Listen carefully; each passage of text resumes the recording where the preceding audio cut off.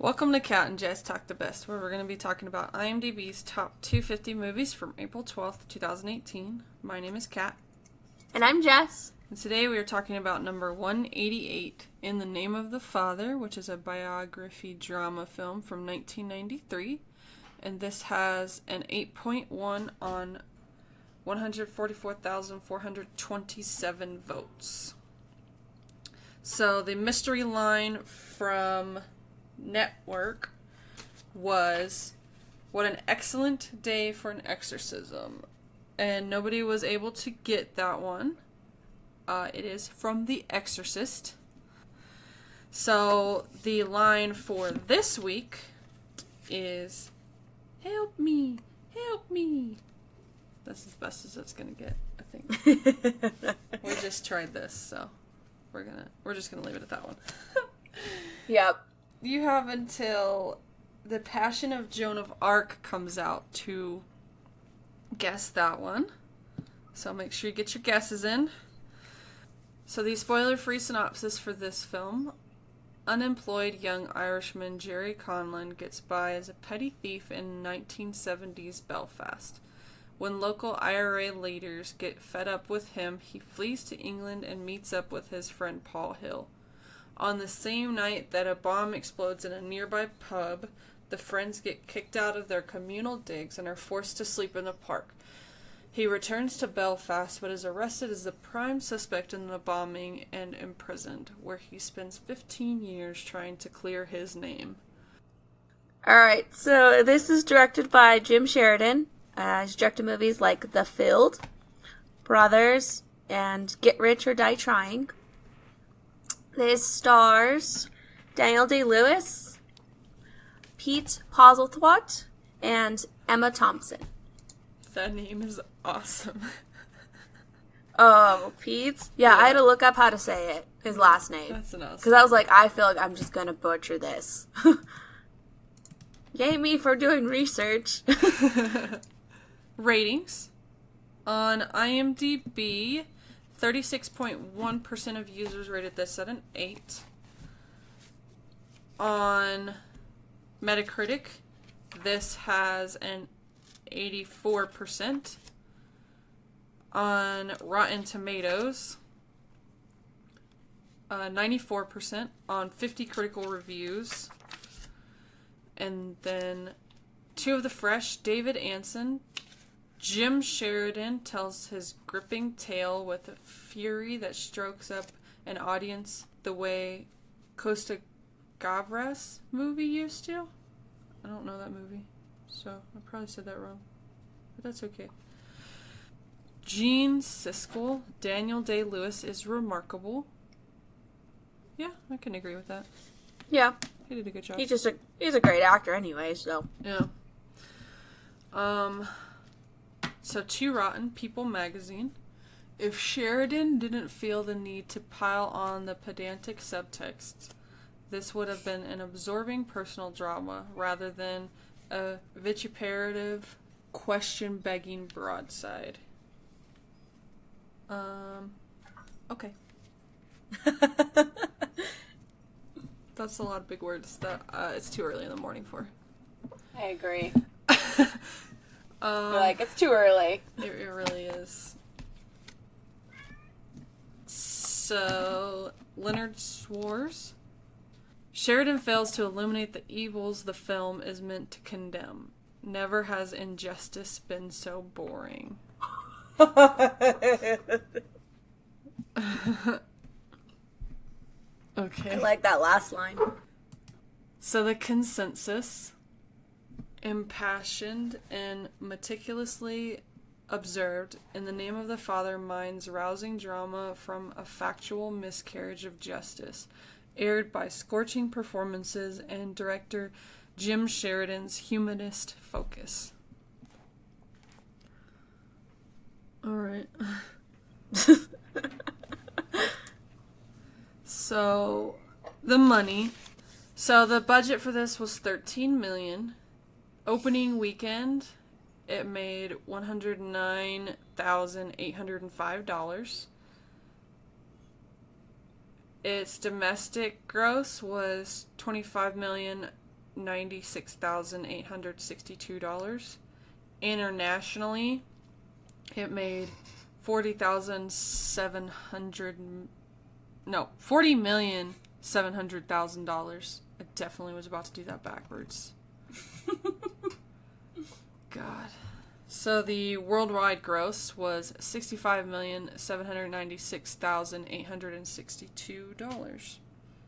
So I made quite a bit of money. The awards. This was nominated for 7 Oscars, but it did not win one. I think this was beaten out by, was it nominated for Best Picture? Yes, and it was beaten out by Schindler's List. That's what I was looking for. Was what it was beaten out by. Yeah. I was looking. I have my list up. And it says Schindler's. Yep. But the awards it did win, the Berlin International Film Festival. It won, or Jim Sheridan won the Golden Berlin Bear, which I'm like, oh, that sounds like a fun award. I want that one. Do you get a bear? I don't know. That's what I was wondering. If you do get a little golden bear, that's what I want. I want that one. I don't care about the that'd be rest cute. The Boston Society of Film Critics, Best Actor, Daniel Day-Lewis. David D. Donatello, Best Foreign Film. Evening Standard British Film Awards, Best Film. Kansas City Film Critics Circle Awards, Best Supporting Actress, Emma Thompson. National Board of Reviews, Top 10 Films. And Political Film Society, the PFS Award, Expose. I feel like that's kind of a made-up thing, but okay. I do. It feels really made up. Well, it says Political Film Society. Oh, yeah, I guess. That whole entire thing feels made up, but I guess everything's made up. So. I mean, how many political films do you think they're going to be? There's that there has to have an entire society for it. That's true. Is it like the big thing? I mean, I'm not a big fan of political films, but I guess some people are. Yeah, there's a whole society of them. It's probably like 10 people. They're loud and proud, though. So, initial thoughts.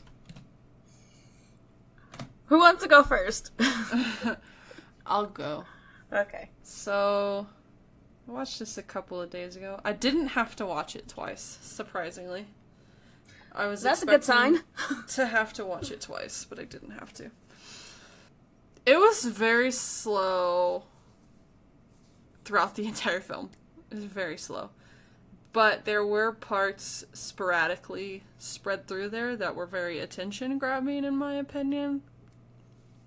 Like, because it starts off with the bombing, and then it kind of goes backwards from there. And then it goes backwards and then forwards again. It's really... That's a bad way to explain it. But anyways, so...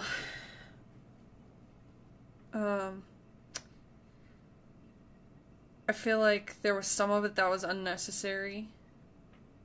But for the most part, I didn't hate it.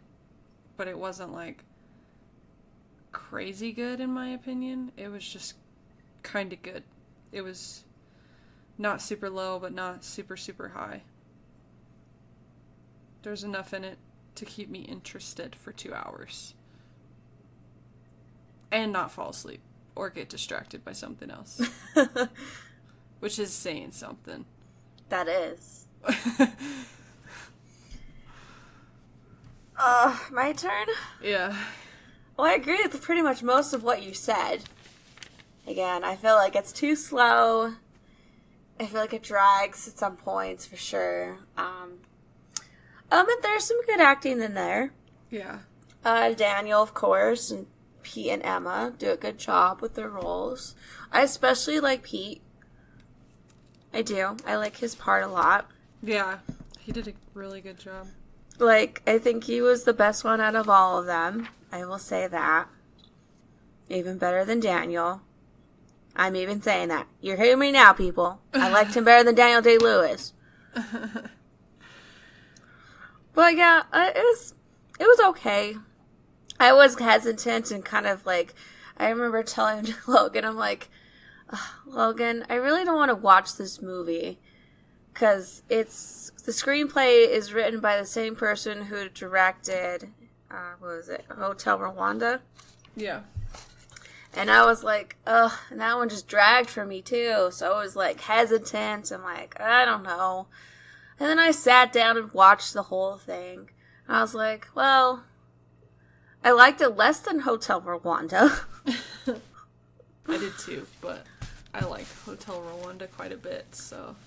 But it was like, okay. It's like in the middle for me. Yeah. Okay. Boiler alert! Boiler alert! Boiler alert! Boiler alert! Boiler alert! Boiler alert! Alright, that was your warning. If you haven't watched the film yet, then stop listening and come back after you've watched it. So, it starts off with the bombing that's in the synopsis that they're talking about. And it's, yes. This pub gets blown up. And we find out that, I think, a total of 5 people die. We find that out the exact later. number. I think it's 5 people that die. You're But paying attention more than I was. I'm surprised I remember that, because I didn't even write it down. I just remembered. Good job, Kat. Yeah, that's really good for me. So, that was in Guildford, England in 1974. And then we hear, this woman, she like gets in her car and she's listening to this recording. And this guy, Daniel Day-Lewis, is talking and telling her like what happened and stuff. So, there's the military's, or I guess the IRA. I wrote down military, but it's actually the IRA. Is running around and stuff. We're now in Northern Ireland. Oh, Northern Ireland. Yeah. Yeah. Belfast. Yeah. So, Ireland. That's where the IRA is at. And it's in the 70s. This is, I think, like 73 or early 74 before the bombing happens. But they see, the IRA sees a sniper up on the roof, and so they shoot at him. Which, I mean, that's a reasonable response, I think. I guess, yeah. You know, you see a sniper and you just, it's a good idea to shoot at him, I think so. I think so. Let's shoot at a person who's probably highly trained to kill people. Probably is the key word. Because I feel like this one is not highly trained. But so, of course, the sniper is getting shot at, so he runs. And in this group that's running, wasn't it Daniel Day-Lewis's character that had the gun and was pretending to be the sniper? Yeah. Because he was on the roof stealing things. Yeah. And so, of course, him and his friends are up there and they get shot at, so they take off running. And you got this whole entire little sequence here of them running away from everybody. And,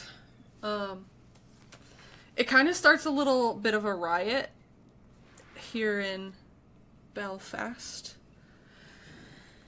And there's people, like, directing him which way to go, like, which way's safe to run away from the IRA with, like, pots and pans and stuff, which I think is really weird, but okay. It worked. It did work. But, so the IRA gets over there and they're trying to stop this riot that has now occurred because they're still trying to catch the sniper. And they pull 3 people aside, including Daniel Day-Lewis. His name is Jerry. And they're getting ready to shoot them all in the knee for basically causing the riot. And so they tell them to pull their pants down because they don't want it to get infected by shooting through their pants. I was like, that's very respectful. You're like, oh, that's nice of you. You know, you're going to shoot him in the knee, but you're not going to make it really bad by shooting him through their pants so it gets infected. They care. Yeah. So, Daniel Day-Lewis has got some very interesting underwear on. Were they like leopard print or something? They were. Why do I remember that? I don't know. I thought that was funny, though. Maybe because I was like, oh, okay. That's interesting.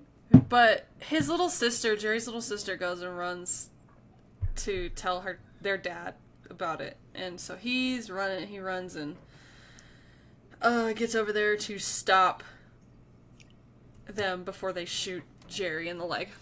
And the guy, he's like, we were just trying to scare him into behaving. I'm like, well, that's one way to do it. But then I think later they actually did shoot his friend, because I'm pretty sure later on in the movie we see his friend walking around with a cast on. So I have a feeling they actually did shoot his friend in the knee. But Jerry was saved by Dad. Yeah. But they let them all go and everything. Except for the one friend who does eventually get shot. I'm not sure when. I think he gets shot. He has a cast on, so we're going to say he got shot. But they're at home and talking and stuff. And there was some times when I was like about ready to turn subtitles on because I was having a hard time understanding them because they were talking so fast. I had subtitles on. I should have turned them on because I feel like I missed some conversations. I did. I had them on and it really helped. Because they were talking so fast. But I mean, it's Irish, so. Yeah, they talk really fast. But so I missed this conversation because they were talking so fast. Well, you say, like, you just like, why don't you, like, try to get like a real job or something like that, and you should be a petty thief your entire life and everything. Okay. And so that's where he's gonna send him to England to find, like, just start over. Okay. That's where the boat comes in. Gotcha. Oh, and the grandma in that scene, I did notice, hands him something. She hands him some money, I believe. Yeah. And I'm like, typical grandma move there. Yeah, she hands That's a him grandma something. move. It's like, Bovra, here's some money. Yeah. That's how my grandmother's would have been. But so, Jerry has to get on a boat to go to England. And his dad walks him over to the boat and is like talking to him and stuff and trying to kind of talk sense into him, really. Try to. But so Jerry gets on the boat and he runs into his friend Paul. And they act like immature children. Like screaming and stuff. I'm like, okay. So they get to England and they're like walking around looking for a place to live. And they kind of talk about Paul talks about how he had heard about this commune. I'm just going to call it commune because it's basically what it is. Yeah, that's what I put too. But so he heard about this commune, and so that's what they're looking for now. And then they do find it and decide that they're going to stay and hang out with these people at this commune. And they show... It's kind of like this build-up to devastation type thing. So they're showing everybody, like, having fun and stuff. Playing around, like, all that. And then all of a sudden they hear the explosion. And it's not the explosion from the beginning of the movie. It's a different one. Yeah. Because there had been bombs going off in England. And this is just one of them. But... he does visit his aunt at some point, too. Oh, I missed that. Yeah, because he goes to the commune and everything, and his suitcase accidentally opens up and he has sausage that he has from Ireland. And they, like, all freak out because, like, oh, we're vegetarians. We don't want meat around here and everything. And so Jerry's like, well, I'm taking this to my aunt anyways who lives here. So I'll be back, you know. Visit aunt. That's where she comes in. Okay. And then he does stay at the hippie commune. He does. Yeah. He tells them, oh, I'm staying somewhere. Does it, like, very vague about it. Yeah. Doesn't really tell her. No. They get back to the commune, and there's this one guy who has this vibe of, like, anti-Jerry and Paul. Like, he doesn't seem to want them there. And he's reading the newspaper, and he's saying that the newspapers are blaming the bombings on the Irish. And that makes Paul and Jerry very mad, because they're Irish. I feel like Irish are the scapegoats in this movie. Oh, yeah. They're, like, super mad about it.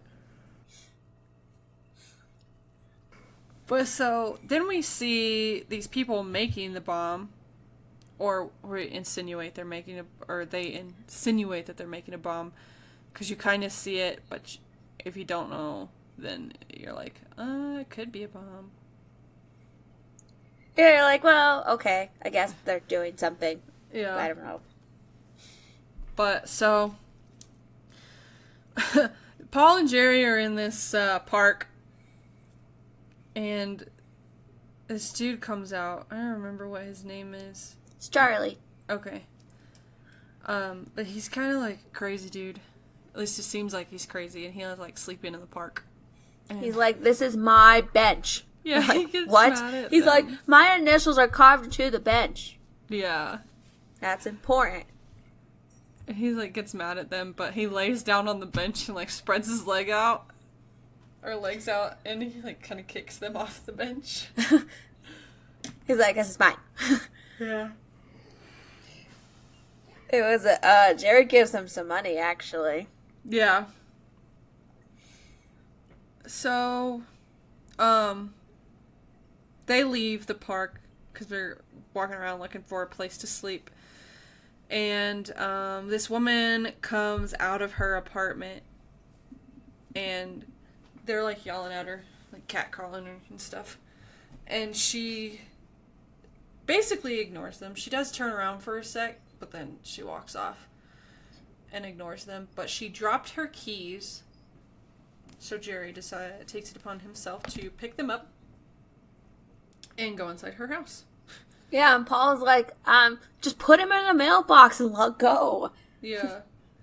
But, so they're inside, kind of hanging out in the house for a little while.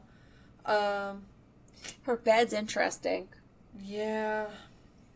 It's a big old bed. There's wigs. There's a vibrator. Like, the bend to the bed, like it untapes. It, like, you know, the tops come off and reveals, like something to tie you up with. I'm like, okay, so this is a hooker's bed. Yes. And we do find out later it is actually a hooker, so. But Jerry steals some money and buys new clothes and stuff. And somewhere in here, the bomb goes off. Yeah. And then he goes home. He goes back to Ireland. And the dude that was being really rude to Jerry and Paul talk to the police and basically tell them that they're the ones that did the bombing. He's like a little butthead. At least I think that's what he was doing. This is another part that is hard to understand because he was talking so fast. But the IRA goes to the building, the commune, and they're, like, pulling all the hippies out of the commune. That's the best way to describe them, as hippies, I think. And this is on the news, and Jerry is seeing it. like, seeing all of this and seeing his friends being pulled out of that building and stuff. And then they go to bed, and in the middle of the night, the IRA comes and takes Gerry out of his bed and, like, takes him back to England. Yep. And the dad's, like, trying to figure out why and trying to stop it and stuff, but they're like, there's nothing you can do. We know he did this, so you're screwed, basically. But they're going through the questioning and stuff and, like, showing Gerry pictures of different things and, like, all the victims from the bombing and stuff. And they're being, like, really rough because this law has just been passed that they can hold suspected terrorists and question them for 7 days. Which is longer than normal, like, holding procedures. I think normal holding procedures is, like, 24 hours or 48 hours. So 1 or 2 days, not 7. Yeah. And they literally, like, harass him. Yeah.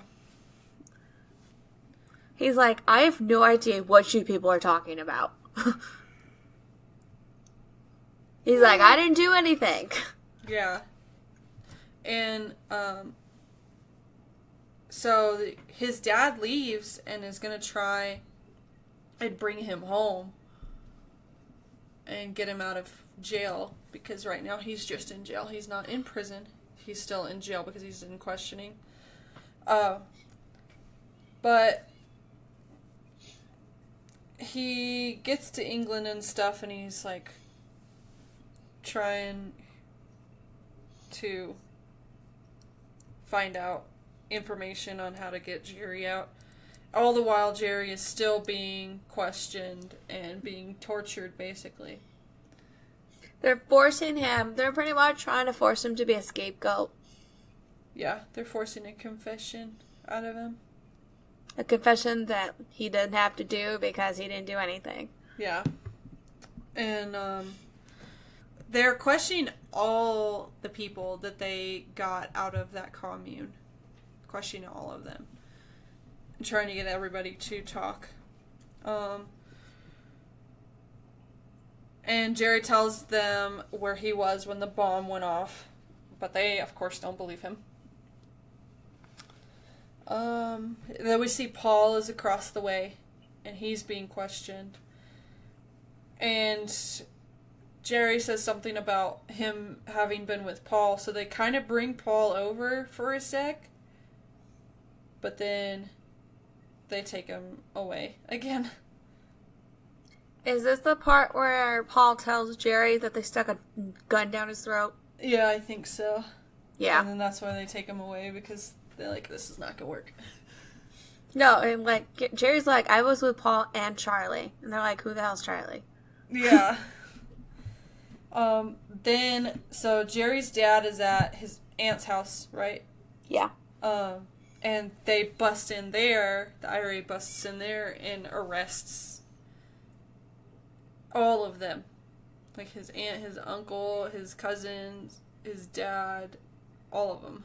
He's like his young cousins. They're yeah, young. It's like 12 and 14. But, like, really? That's just it. So, they are still questioning Gerry, of course, and they tell him that if he doesn't admit it, they're going to kill his dad. And so that gets him to just basically be like, okay, well, I guess I'm going to go ahead and admit this because I don't want them to kill my dad. And so he writes his name, like, signs his name on a piece of paper and then says, here, write whatever you want. So he signed a blank confession and they just filled it in for him.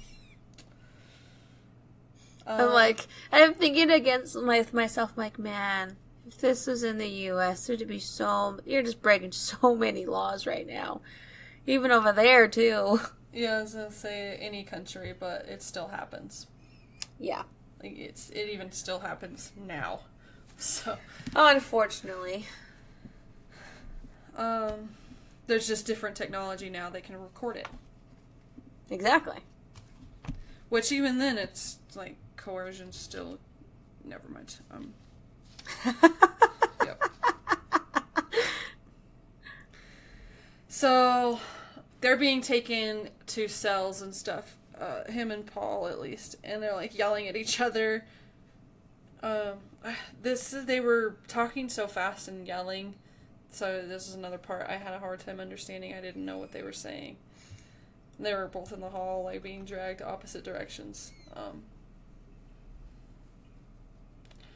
But he gets put in the same cell as his dad, at least in the jail.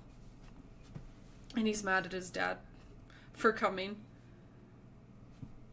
Which, I mean, kind of makes sense because his dad basically got arrested for nothing. Except for they probably would have gone to Ireland and got him anyways, so. The rest of his family, so his mom and sisters, visit them. And they're like talking super, super quiet. And this is another one I wish I had turned the subtitles on because I had no idea what she was saying. She was talking super fast and super quiet. So I was like, what are you saying? So the mom was just like asking like, did you do this and everything? He's like, no, of course I didn't do this. Yeah. And then she's telling him how his friend died, was killed. Yeah. Back in Ireland. And we see them on the news, like, bringing in more people. And then we go to court. They get to court, and, all the people in court, like, the official people are wearing wigs and stuff, and Gerry and his friends find this hilarious. At least I think this is what they were laughing at, because they were laughing. This is the only thing that I could think of that they were laughing about. I mean, I'd be laughing at the wigs, too. I would, too. They are quite silly. They are. But so, there's 4 of them. What are their names? Because it's Gerry, it's Paul, Patrick and Carol are the other 2. Yeah. And they're named the Guilford 4. And they are being charged with this bombing and killing 5 people. And the others, so his family, so his dad, his cousins, his aunt, and his uncle, are being charged with possession of explosives. And and being a support system for the other 4. Yeah. Really? I'm like, what? Of course, the 4 are trying to claim that they were tortured and stuff. And the witness guy, I think his name is Dixon or something, he's like saying, no, that's not true. They weren't tortured. We just questioned them. And I'm like, well. But the defendants are all getting mad and everything. And then, so this takes a few days, obviously. Probably even a few weeks for the trial. This is a really big trial and stuff. And Gerry gets to take the stand at some point. Yeah. He's getting asked about the robbery and stuff. And he's like, yo, yeah, I robbed a prostitute. I'm like, well, I mean, admitting to robbing someone is better than an explosion, but I don't know if or like causing an explosion, but I don't know if I would use that as an alibi. I mean, he did that and he's hanging out with like a homeless person, so. Yeah. So, they have their lunch break. And then they're eating and stuff, and Gerry is talking to his dad. And they're, like, talking really quiet because there's other people in the room, and this is another part. I should have friggin' turned on the stupid subtitles, because I missed quite a bit of this movie, I feel like. Because they're talking super quiet and super fast, so. So his dad was just telling him, he's like, really? You robbed a prostitute? Really? Oh, yeah. And he's like, but I know you're telling the truth. So, I'm just glad you did that. Yeah. It's pretty much what it is. You didn't miss much there. Okay. I did hear bits of that. Now that you said it, I did hear bits of it. So, Then they come back out and Paul testifies, and he's basically saying the same thing that Gerry was saying. And then we get closing statements. Their defender, the one that's defending them, he's like, don't get caught up in this mass hysteria telling the jury this, about the bombings and everything. You gotta think logically and look at the evidence, which is very inconsistent. Yeah. There's really nothing against them at all.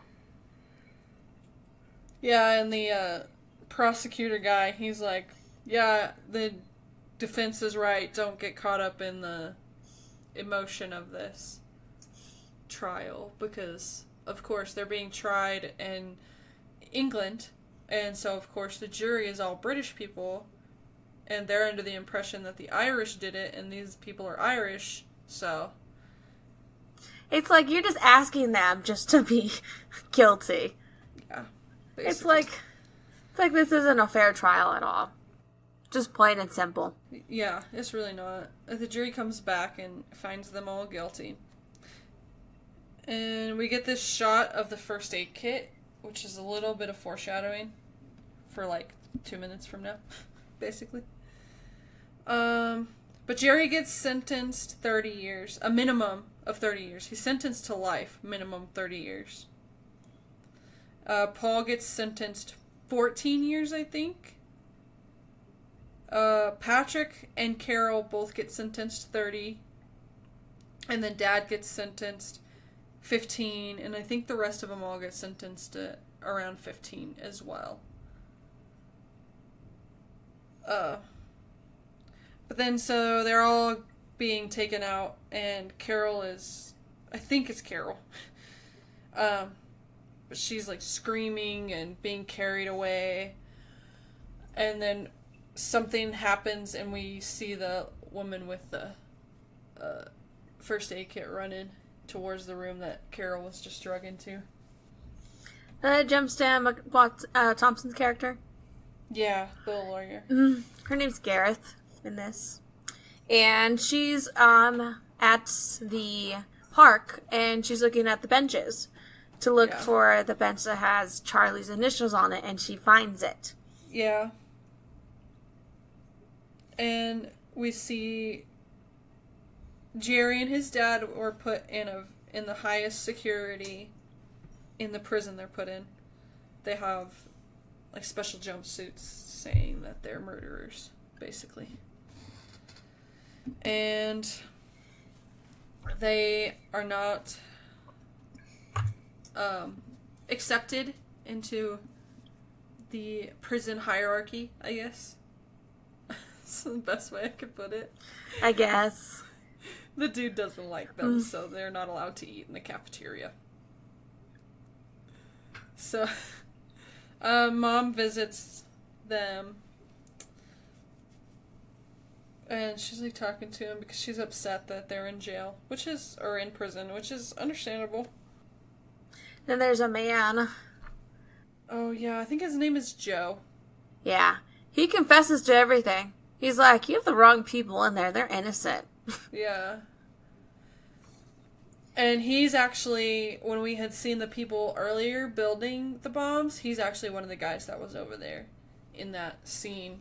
I recognized him later on. Not at first when he admitted it. I was like, wait a sec. But then later on, I recognized him. I was like, oh, hey, he was in that scene with all those people that were building the bomb. Then we get the LSD puzzle, which is super funny. So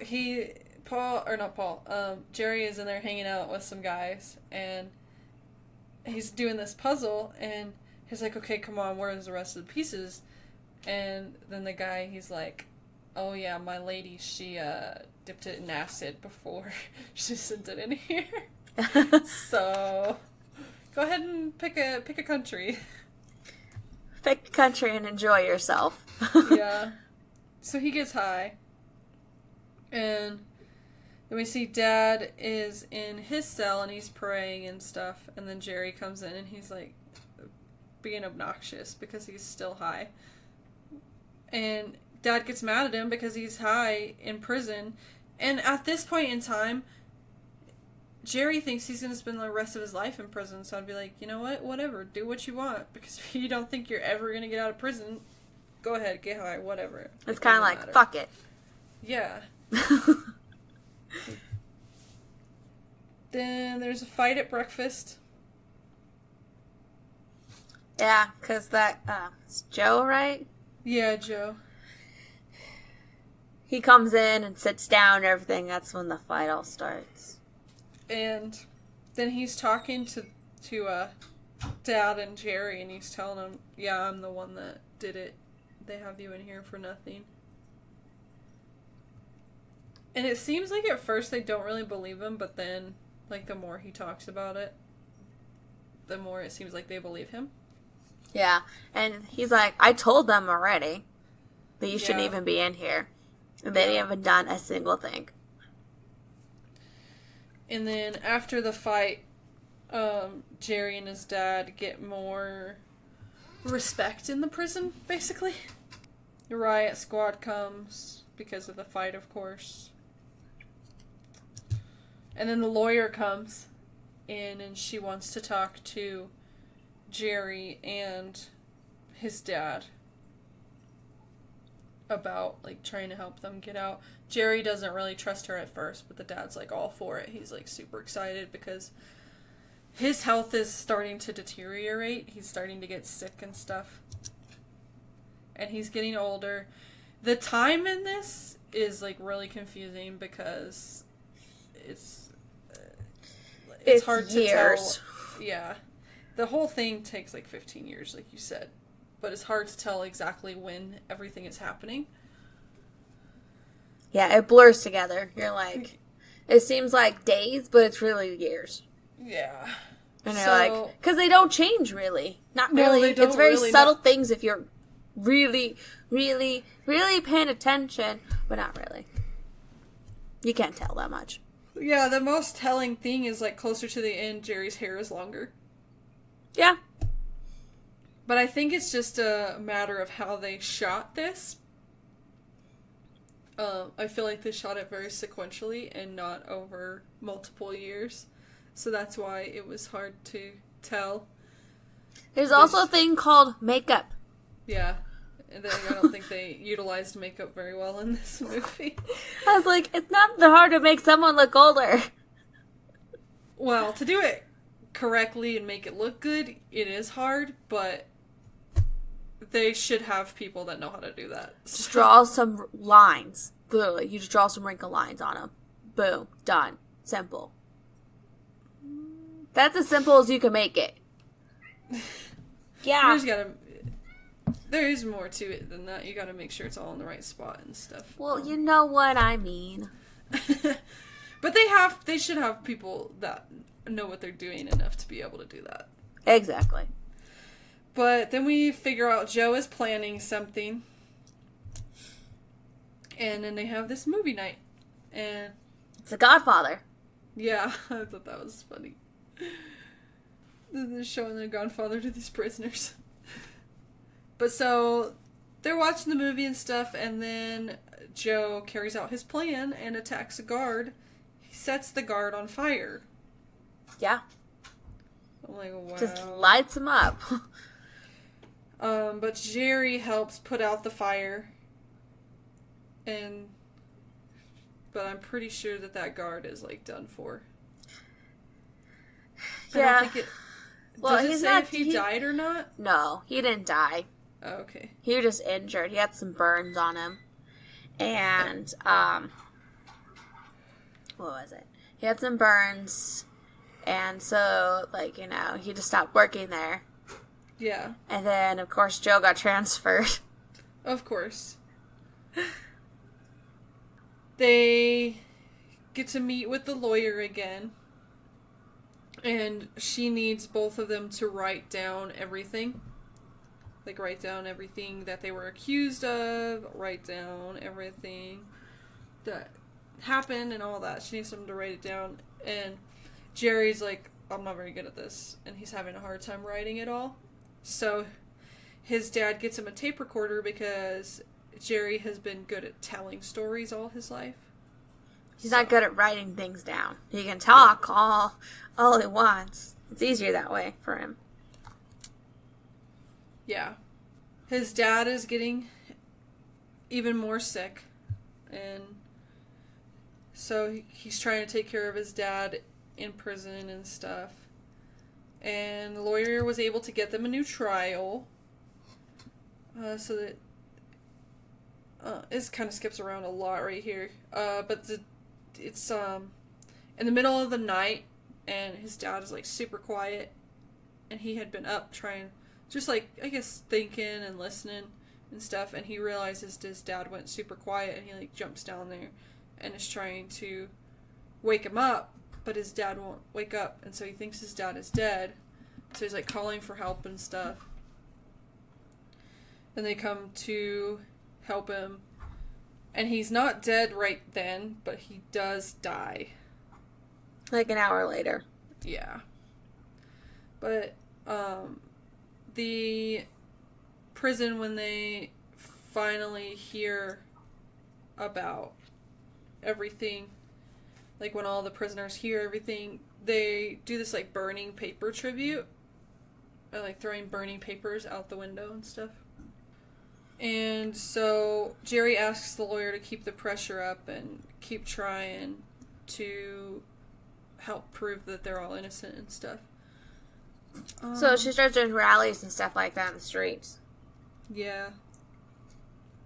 Saying, that they're innocent and everything, and they need to, the new trial and all that, and then people need to listen, build up support. Yeah. And so then we get this huge scene in jail. Or in prison. Gerry's, like, losing his mind.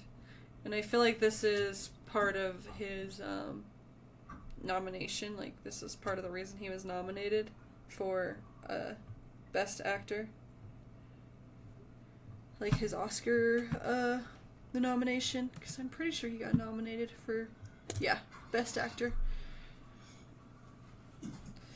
Pretty sure he wraps the ribbon of the...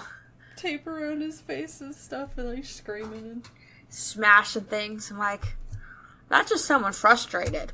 Yeah. That's what it looks like to me. A little extreme, but yeah.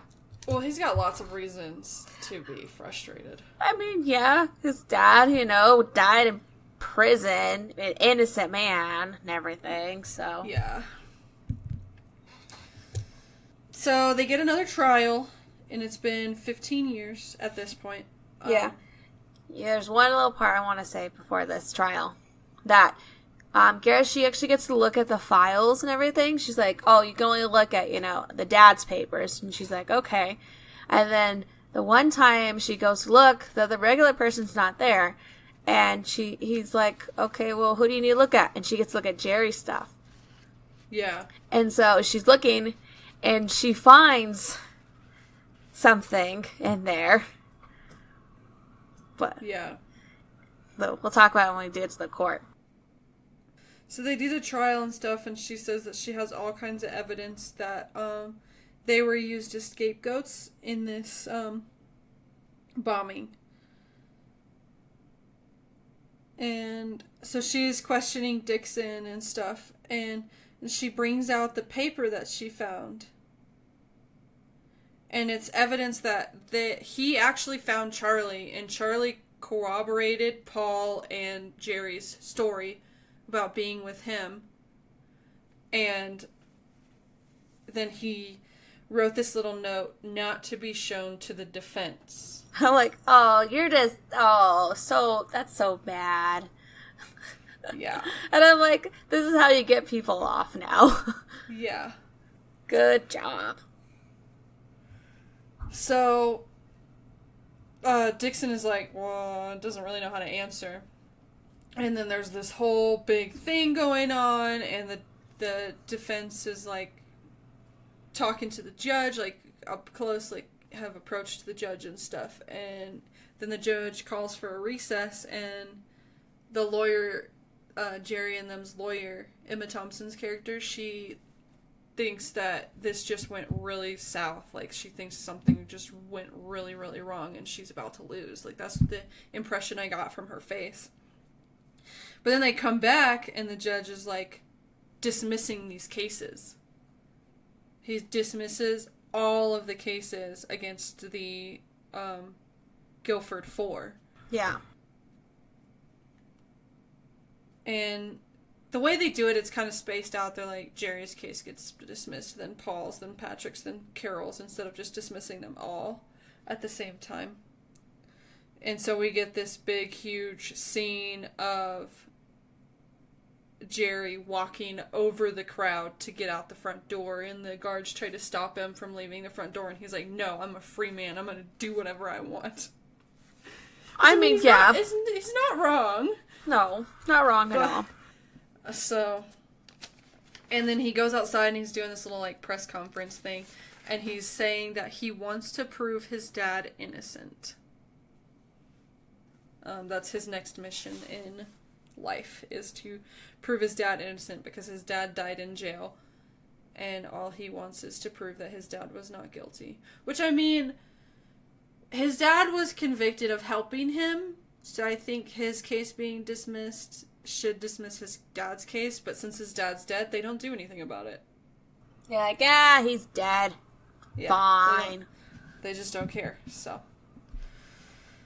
That's it. We do get a little bit of the facts, like, of what really happened and stuff, and like how long everybody was in prison for and stuff. And that the IRA is the one that actually did the bombing, and some facts like that. I didn't write them all down, but And pretty much the cops got away with, like, falsifying evidence and all of that. yeah. Which seems to happen quite a bit. So, the music for this is by Trevor Jones. He is known for Cliffhanger from 1993, The Last of the Mohicans from 1992, Notting Hill from 1999, and Dark City from 1998. Do you know what I know him from? Trevor Jones? Yes. No, I don't. Labyrinth. Oh, okay. He did the music. It was David Bowie and Trevor Jones who did the music for Labyrinth. Nice. Yeah. I was like, I know that name. So he first got started on a TV show called Ripping Yarns in 1979. He did one episode of that, and then he went on and started doing some more TV shows and more movies. And he is currently working on a movie called The Outside Room, which is in pre-production, so it'll be a while before it comes out. There's not really any information on it right now. I did like the music in this. It was kind of subtle. I don't remember a lot of it, but I do remember when I noticed it. It played on everything that was happening rather than being a distraction, which is good. Yeah, he's really good at doing that.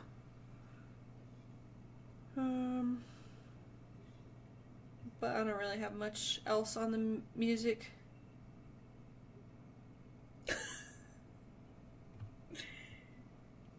Just trying to see if there was anything else I knew his music from. Not really. League of Extraordinary Gentlemen. Oh, the Dark Crystal. That's what it is. So I didn't recognize his name. Original Dark Crystal or the TV show going on now? No, the original. Yeah.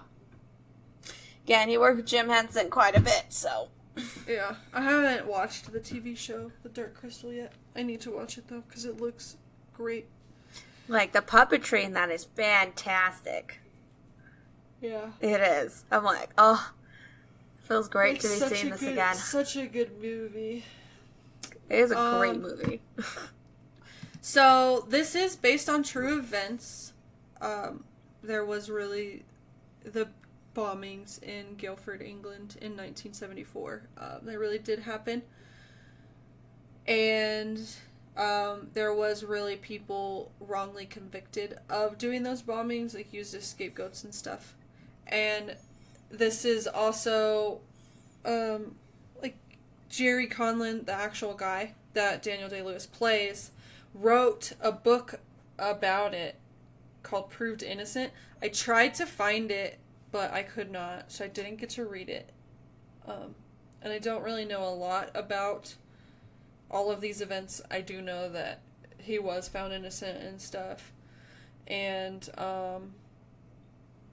that's pretty much all I know about it. I do have some trivia from, like, we'll just go right into that. Go for it. I do have a couple of things. So, in court, in the movie, they were all tried together. The Guilford Four and the accomplices, as they put it. But, so the 7 that were the accomplices and then the Guilford Four were all tried together in the movie. But in real life, they tried the 2 separately. They did the Guilford Four all together and then the other 7 all together in 2 separate trials. But I guess to save time in the movie, they did it all together. And then, of course, they weren't in the same, him and his dad were not in the same prison cell. Like, that is not a thing that actually happens. Like, they can be in the same prison, but not in the same cell. And I think, Joe is a made-up character. Yeah. There wasn't really a person, like one specific person that did it. It was the IRA that did the bombing. So that is a made-up character. But I think that's all I've got for trivia-wise. Going along with that, so Gareth never actually represented the dad at all. Oh, okay. Because he died, like, 9 years before the appeal even happened. Oh, wow. She could not present it herself because she was just a trial barrister, and you have to be, like, just, higher up, I guess. Oh, okay. Gotcha. Yeah. Daniel Day-Lewis, as you can tell, he's really skinny in this movie. It's because he lost 30 pounds for it. Fun fact there. That's crazy. Yeah, I mean, you said kind of a lot what I had to say, so that works. I'm good with that, trust me. There isn't like much trivia with this. Because a lot of it is just, how the story differs from what really happened. Yeah, exactly. Which is actually not really that many differences for it being based on true events. Like, a lot of times they kind of fluff it up quite a bit. Whew, yeah. But this one, I think the major thing is that they added Joe as a character. So, where it has been on the list before, and where it's at today, in 2010 it was not on the list. In 2012 it was number 221. In 2014 it was number 188. In 2016 it was number 194. 2018 number 186. And as of today when we are recording, it is number 185. So it's moving up a little bit, but just kind of hovering right around the same spot for the most part. Sitting in like the 180s area. Previously, number 188, 2010 list, Judgment at Nuremberg from 1961. The 2012 list, The Killing from 1956. Of course, the 2014 list, this movie. 2016 list, Shutter Island from 2010. Nice. The 2018 list, It Happened One Night from 1934, which I believe is coming up on our list. It is. Today, The General from 1926 is number 188. So, favorite line. I don't think I wrote a lot down because I was having a hard time understanding them. And I didn't have subtitles on, so that's my fault. I have 4. I have a few. Go ahead. You first. So, Go and Live. There's one I wrote down. In my long legal career, I cannot remember a case that was so emotionally charged. We're innocent. We can't even go out of the cell. We're better off being guilty. At least we'd get some respect. And I think that's all I've got. Well, you took my Go and Live one. Oh, sorry. That's okay. Then I have 3 more. I don't make threats, I carry out orders. First time you stop talking in your life. And, of course, a famous line. I'm a free man and I'm going out the front door.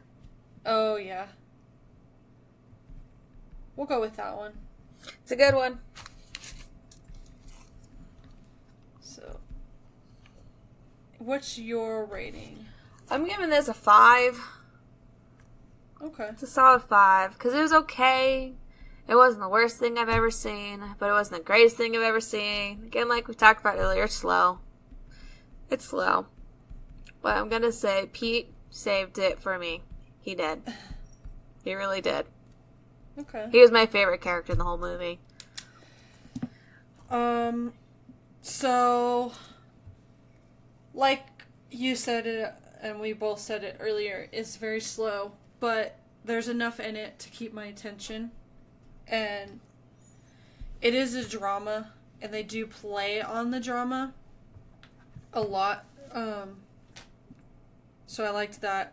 There was some really good cinematography in it, for the time at least. There's still even some that's really good as of now. Really good acting. I wish the makeup had been better, like to show the difference in the years. Yeah. It was hard to tell at times. Like they did some decent makeup on the dad for him being sick, on Pete's character, but then they just kind of forgot everybody else. Pretty much. Like, it seemed like they forgot everything until it got to the trial 15 years later, and it's just like, okay. But I was, like, looking through my other movies and stuff, like, trying to think of where I was going to put this, and I decided I'm going to give it a 7, just because I think it fits in with the movies, that it fits in that range better than... Because I didn't think it was up with, like, 8s and 9s and 10s and stuff. But I also was looking at my movies that are rated at 5s and 6s, and I was like, I just don't feel like it fits with any of those. So I felt like 7 was the best place for it for me. Huh. That's interesting. Okay. But I think this is more of like a drama film, and you're more into drama than I am. So yeah. That's part of it. Well, not, like, real-life drama, just movies drama. Yeah. Movies and TV show. I don't want to deal with drama in real life. Yeah. So yeah, I did give it a 7. Our next film is part of a trilogy. Don't remember exactly where it fits in there, but I do know it's a trilogy. It is Platoon from 1986. So this is the first of the 3. And it's the highest rated one of the 3. But so yeah, we will try to watch the whole trilogy. This will not be out next week. No. It'll be out in 2 weeks. Because next week is our Halloween event. That will obviously be coming out on Halloween, so we're not going to bombard you with a ton of episodes that week. So it'll be the 4 Halloween episodes, and then any bonus or premium people will also get the bonus episode for this month of October. So our Halloween event includes Beetlejuice and Hereditary, which are the 2 that I picked. And I picked Young Frankenstein and A Nightmare on Elm Street. So that will be out on Thursday. So make sure you check those out. And they'll be out 6, 7, 8, and 9. So the order is Hereditary, Young Frankenstein, Beetlejuice, and A Nightmare on Elm Street. So that's the order. So if you're looking forward to one of those specifically, that's the order in which it'll come out. So, premium. If you would like to become a premium member, you just go over to our website, or you can go to the Podbean app, and it is on our page, catandjesstalkthebest.podbean.com, and you just go over to the right and scroll down a little bit, and it is there. There are 2 options. There's one for $1 a month, which you will get uncut episodes, early release episodes, and a special monthly episode, all for just that $1. And then there's $5 a month, which you will get all of that, plus you'll be able to join us for a movie of your choice every 50 movies. So the special monthly episode for October, which will be out on Wednesday for premium users, and then also it'll be available for just $1 as bonus content. That will be Batman and Robin, which is one of the movies that I didn't ever want to watch again, but we went ahead and watched it. So make sure you check that out, premium users, and if you just want to listen to our thoughts on Batman and Robin, it will be available for just $1 for bonus content. If you can't help us out in that way, you can leave ratings and reviews. That helps us get more listeners, get new listeners, and also helps us figure out what we could do better and what you guys like. So, please do that. It helps a lot. You can interact with us on Facebook, Instagram, and Twitter, or you could email us at catandjesstalkthebest250@gmail.com. Share the show with your friends if they like movies. And our music is by Audio Binger. You can find him on Facebook, YouTube, and his website, audiobinger.net. And I think that's all we've got for this one. So thank you so much for listening. We do appreciate it. And we will catch you next week with our Halloween event. Bye. Bye.